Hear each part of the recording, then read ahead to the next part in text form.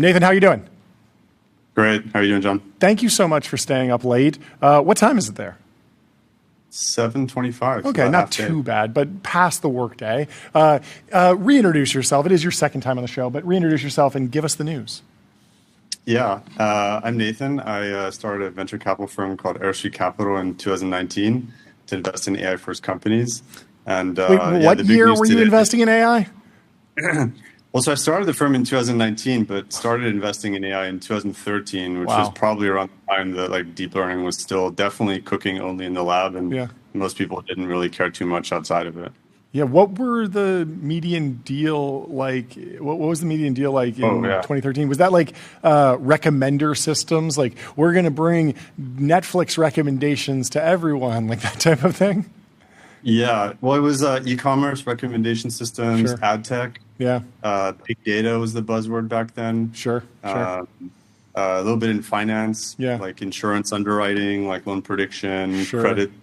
Risk. Fraud detection, fraud detection. Just like a big, I guess it was like were they doing deep learning yet, or was it mostly just like... Yeah, they were, yeah. I mean, 2013 was the year that computers started to be able to recognize images better than humans. Oh, yeah. So that was, you remember, like Andrei Karpathy was the infamous human benchmark on ImageNet in 2013, PhD. That's right. So that was the year when basically like Alex at University of Toronto like built AlexNet, which was the first deep learning system running on an NVIDIA card. Yeah. What a remarkable time. So, what has it been easy? I mean, you just raised a new fund. Has it been easier to pitch this to LPs? What have been the challenges and opportunities over the last few years? Yeah, I mean, it's been a sea change. Like in 2018, when I started for Airstreet, it was like I'm by myself, so solo GP, super contrarian, starting in Europe where risk aversion is extremely high. Trying to focus on AI, which most people didn't really care too much about, and then first-time fund. Those are sort of like all the worst, like buying selection criteria that one would have. Yeah. And then like I think this is very much like a long-term journey. Like I set out with I'm going to do these early-stage investments, be high conviction, invest in biotech, defense, vertical software, dev infra. I stuck with what I said. So, investing in like Synthesia, 11, Black Forest, and others. I had like 6 exits to like Recursion and, a company that went public and Amazon, et cetera. Yeah. And then, like first fund was like $27 million. Fund 2 was 121. About 3 years later, again, pre-ChatGPT. And then this one's 232 million, which at this point makes us the largest solo GP in Europe. That's amazing. So us, you said solo GP, but you said us. Who else is on the team? I'm kind of guilty with the royal we thing. Okay. But I have 2 colleagues who run talent and operations, and then a pretty sizable back office for like admin. Sure. But everything that comes along with like building brand, finding founders, investing, fundraising, that's all me. And the decisions are just me. Yeah. And then also is it the annual report, State of AI? I mean, it's sort of a huge project. Do you bring in collaborators on that? Yeah, that started in 2018 to basically create like a kind of canonical open access document covering research, industry, politics, and talent. Yeah. There are a number of contributors every year who are sort of like at the coalface doing their PhD or like transitioning between roles in AI labs who help us kind of stay smart on things. And also folks who've been working on policy because it's becoming increasingly important as we see in the news almost every day. Yeah. And then the cool thing is like I get contributions from companies and labs and researchers every year. And like I think this last year when we last talked, there was like 50 people in the Google Doc kind of like leaving comments being like, hey, I tried this implementation, this paper, like I had this problem. And then some other person's like, that was my paper. This is what I tried. Mm-hmm. And it's like cool, like community document basically where we can kind of get to the center of the truth. Not to call you like lucky on timing. It's very fortunate that you have the size of fund that you do for where we are in the market cycle. But how hard would it be to do what you're doing today with a $27 million fund? Because it feels like a $27 million is like a seed round for like a startup with just an idea. Sometimes that's like 1% of the seed round. But like, can you even make plays with that size fund if that's what you were constrained to today? I think you have to decide like what I did, which is either you want to be like a main player and lead rounds and express your conviction and be early, et cetera, or you play the like large portfolio model and then you have checks and a lot of opportunities. And for me, that job is like much more of like a network SDR style job and less of a, like I can make my own opinions, like do the research, be there early, and then when I like something, like really make the bet. Yeah. I don't think you can do the former, the like be a lead investor in 27 million, no chance. I think you can do the larger portfolio, chipping into a variety of rounds and still have like good performance. But it's just a different job that I don't particularly enjoy and doesn't maximize like my strengths and my interests as much. Yeah.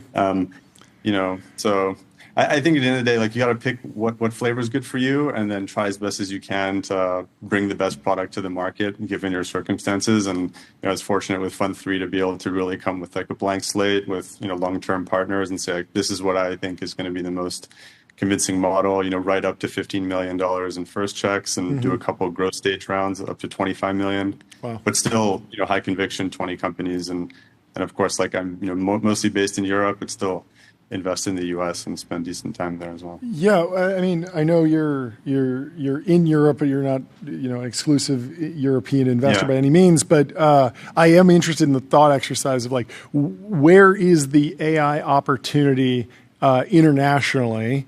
If I were to just back of the envelope it, I've seen some of the sovereign AI efforts. It sort of makes sense that like a certain government might want to buy from a particular local lab, but at the same time, like Google has been very successful internationally, and China got the Google of China, but many other European countries didn't get the local Google competitor or the local Amazon competitor or the local Microsoft or Apple competitor, just because like they were consumer products and consumers kind of flow wherever they want. But at the same time, I can imagine if Google or OpenAI or Anthropic's going to build a data center, they might want to go to a local neocloud, or there might be opportunities for the Harvey of some other country that has different laws and different rules. And so, how are you seeing the shape of like opportunity outside of America in AI?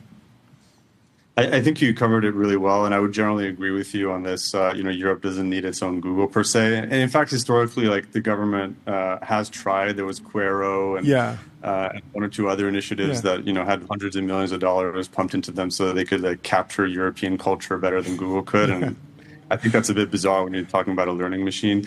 But so there's certainly some sectors where I think like the sovereignty like really matters, and it's not just marketing speak. So defense and security is clearly one where Europe woke up to this like 2 years ago, and now even more so with the Middle Eastern war that's ongoing. As an example, like I invested in a business called Delia and Alliance Industries doing autonomous defense systems, right, in Greece. And one of the number one things we got from people outside of Greece, particularly in the US, is like, why are you investing or building a company in a vacation resort that I go sailing in, And then that narrative changes significantly once you start seeing Shahed like drones hit, UK bases in Cyprus, and you realize like, okay, the border to Southern Europe actually comes over the Mediterranean in Greece. I think the other part, which is interesting, is like ambitions change, and I think in Europe, where traditionally there's been fewer role models that one can look to and say, I'm going to be like that person, and I know the path.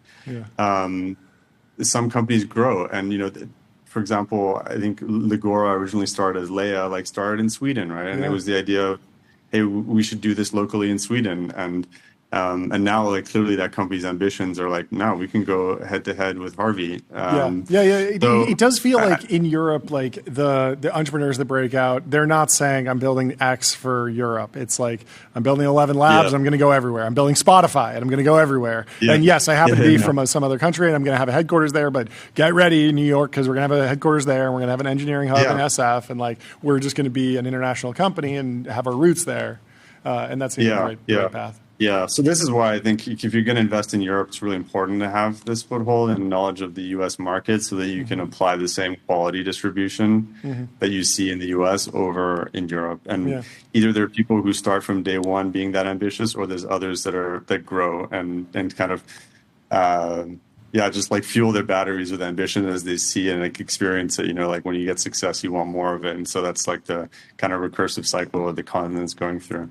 Yeah, I mean, with all the progress from the big labs, and they're at such incredible scale now, like, how are you processing the SaaS apocalypse and just advice for founders of like what gets steamrolled versus what doesn't? I mean, there was some founder. We've had a couple founders on the show that have been like, we're doing an AI generated video social network, and then it was like you're getting steamrolled, and then it was like actually like Sora's not going to be in the App Store anymore. So like maybe that was a good bet. I don't know. I'm not on that particular app, but it feels harder and harder. It used to be just like, don't do an app that's just a prompt around the foundation model. Like that's done. But now we're talking about, is there pressure on CRMs? Is there pressure on databases? Is there pressure, what will the labs do? It's unpredictable, but how are you working through it? I think, one thing you could say is like, what are the problem sets and areas that like the smartest AI people want to work on and like, don't do that. Okay, so like that's a good one. Like, don't do coding. Yeah. And then, like after coding, it seems like AI researchers really like AI for science. So like, don't do that either. Totally. Yeah. We have a friend from the show that does like, it's an AI company, but it's for like small businesses, like HVAC owners and helping them. It's like, I don't think that's on the roadmap. That's really good. Amazing.